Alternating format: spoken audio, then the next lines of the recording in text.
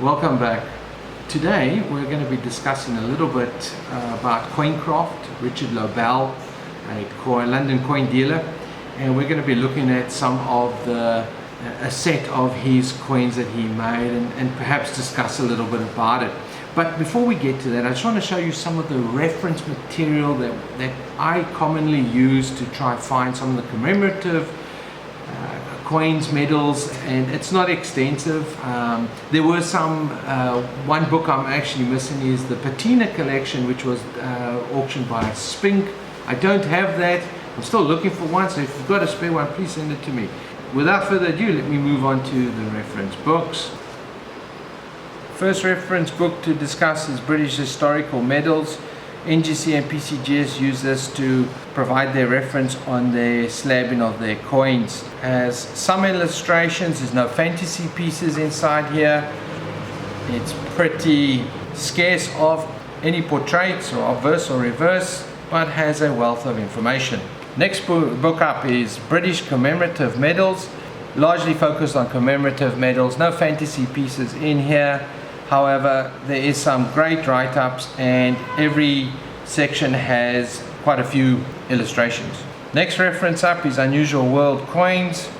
It has some references here on the fantasy pieces, none on the medals per se. Not well put together. This is probably one of the first editions, perhaps the second editions that follow it are better. However, it does cite some vintage figures, but the information is very scattered and scarce. Next book up is the MTB book on South African graded coins. It has 1.5 pages on just South African issued fantasy pieces. It quotes on Adam of Leeds, that his mintages and that, but he was predominantly per se a person that copied from most of the other well-known. The most favored one is Portraits of a Prince.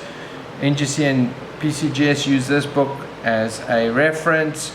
It is well illustrated. It covers fantasy pieces, it covers banknotes, anything to do with it, King Edward VIII, most of it is in here. It also has the pins, it's well illustrated, gives you the metal it was made in and average price.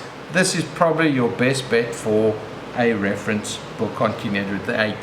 Collecting sets of Ricahrd Lobel's Coincraft is quite challenging. They're very scarce. A lot of the people have been hoarding them. You don't know where they're located. You can surmise that most of them are still in the UK. They are released on a infrequent basis by perhaps the collectors. And it's very difficult. You have to search through most of the internet, eBay. You can go to Coincraft's website and go and buy it, or you could actually try find some on Heritage Auction. What I have done is I started collecting and I've been using Portraits of a Prince. The most easiest one to collect at this stage is this set over here. They're frequently available. They cost a few dollars to a few $100. Unfortunately, most of them aren't graded and you have to send it away for grading. The ones that are more challenging to obtain is the Duke and Duchess set. They're not that frequent to find and most challenging to locate a full set of any of the colonies. So here's some samples of Great Britain, right? And I've specifically tried to give you a diverse review of them. So we've got a copper, we have a Pyford of silver, which is in a thicker slab.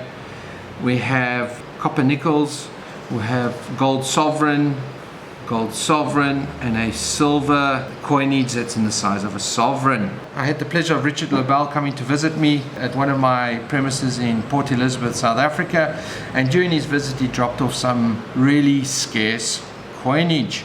One of them was this one over here. It's a bimetal, it's proof, and I believe it is possible to obtain one. They're not easy to come by, but they're bimetal. The Duke and Duchess fantasy pieces are probably most challenging to obtain. This is a sovereign. Most of the sovereigns that he made, they claim were 9 carat. I had them tested. This is the sovereign. As you can see, it's got King George killing the dragon. This is a silver one. The same size of the sovereign and the same motif on there. What is interesting, for Ricahrd Lobel or Coincraft is that they have a inner circle of beads or dots that cover it, which stand completely out to the rest of the fantasy pieces. The effigy is rather flat, and so is the reverse motive, very flat. Usually they come in mint state or proof mintages. Here I have 3 different copper nickels, copper nickel, and copper nickel. What's interesting is the Ricahrd Lobel series is most interesting to obtain because there's a few variations. This one over here, you can see the beaded circle is well prominently away from the edge, and likewise on the side. On this one, the reverse, the beads are almost as part of the edge, and one could say they're denticles. On this side, however, you can see that the beads are standing well away from the edge. Further on, you can see on the obverse as well as the reverse, they're almost denticles now. On this one over here, you can see that there's a bottom inscription there that gives his date of birth per se. So what was missing out of my Great Britain Ricahrd Lobel series was the 5 shilling or crown in gold. I'm still trying to locate one, so if you have any leads on where I could find one, please let me know. The Palestine 5 shillings I do have, or crown. It's in gold, 9 carat, and it is an absolutely stunning coin. The crown is very difficult to obtain in gold, and it is most challenging to try piece all the sets of Ricahrd Lobel together with the 5 shilling gold. So that was a brief overview of Great Britain's Coincraft coinage. Please let me know the mintage figures. There's been a lot of disputes as to how many were actually minted of each. In the next episodes, we'll be discussing some more interesting fantasy pieces, the mules, those that are rare to obtain. And if you like, and you'd like to learn a little bit more, please comment or send us some information, and we'll see you at the next one.